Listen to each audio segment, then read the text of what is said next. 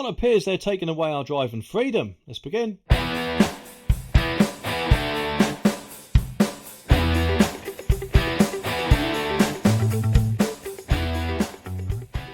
According to this article, tough new restrictions could be put in place.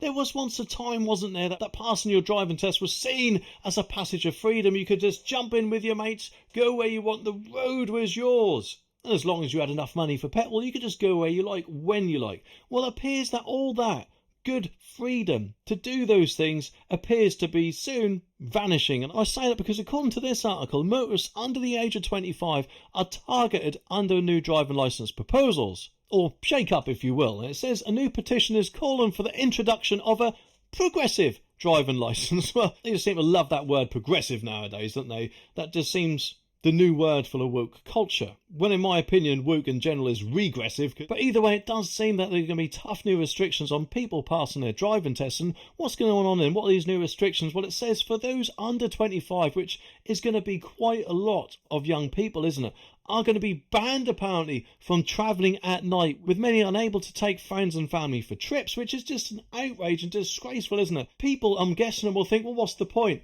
I may as well not pass my driving test if I just can't go nowhere or do anything I want to do.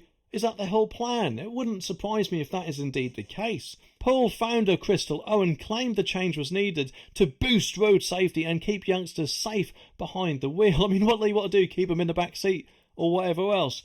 Yes, I know it's often seen that youngsters are the daredevils on the road, it appears, and therefore cause quite a lot of accidents or whatever else. But it's not just youngsters, is it? So to penalise all people under 25 for the actions of a few idiots under 25 is really unfair in my opinion.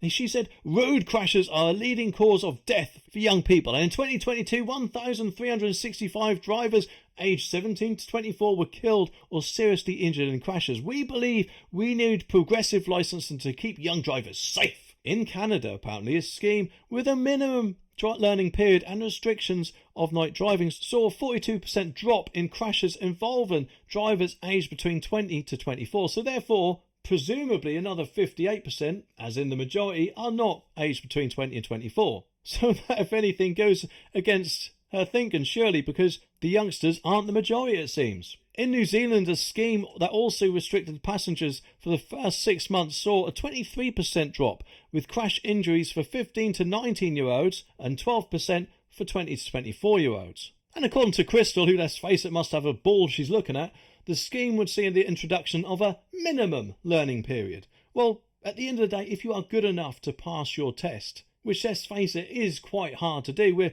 from what I know, one of the hardest countries to pass your test in, that, in my opinion, should be the only thing you need. Otherwise, let's face it, people surely will be put off driving, and who knows, when they eventually do take up driving, they might just drive the same anyway. So what else does she want to happen then? Well, it appears that she wants to set some sort of 40-hour minimum learning limit and would ensure young drivers gain skills and experience on different roads under different conditions. Well, to be honest, they should be doing that anyway in their lessons, shouldn't they? You'd like to think so, otherwise they'd fail their tests, wouldn't they, surely? Under current rules, though, there is no minimum number of hours learner drivers must have under their belt before they take their driving test. And the scheme has also called for drivers under 25 to be prohibited from driving between midnight and 6 a.m. But it gets even worse than that, because it says that new licence holders who have passed their test within 12 months will also be stopped from carrying any passengers at all. Those passing their test should also receive mandatory hazard perception training. Well, there is on the written test.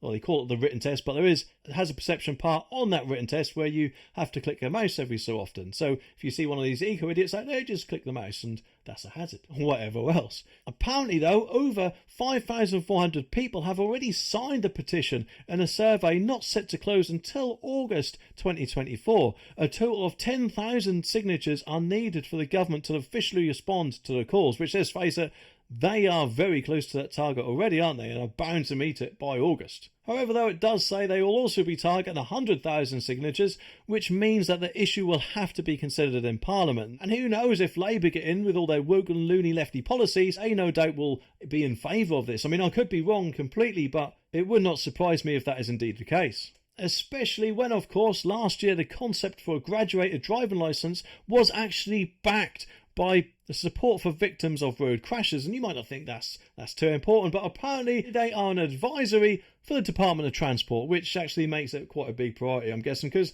who's ahead of that? Sadiq Khan himself. So maybe, just maybe, who knows, he might even make a change for London itself. I don't know if he'll be able to do that. Let me know in the comments if he would be able to, but it wouldn't surprise me either. And also, worse than that, the concept for a graduated driving licence system has also been previously supported by the National Police Chiefs Council. So if the police support it and the Department for Transport support it, or their advisory, then who knows how long it would be before Labour or maybe even a government would support it. Either way, though, it does seem that our freedom to drive is slowly slipping through our fingers, and it is going to be a very worrying time to come, isn't it? If this does indeed get through, that is. Hopefully it won't, but we'll have to wait and see.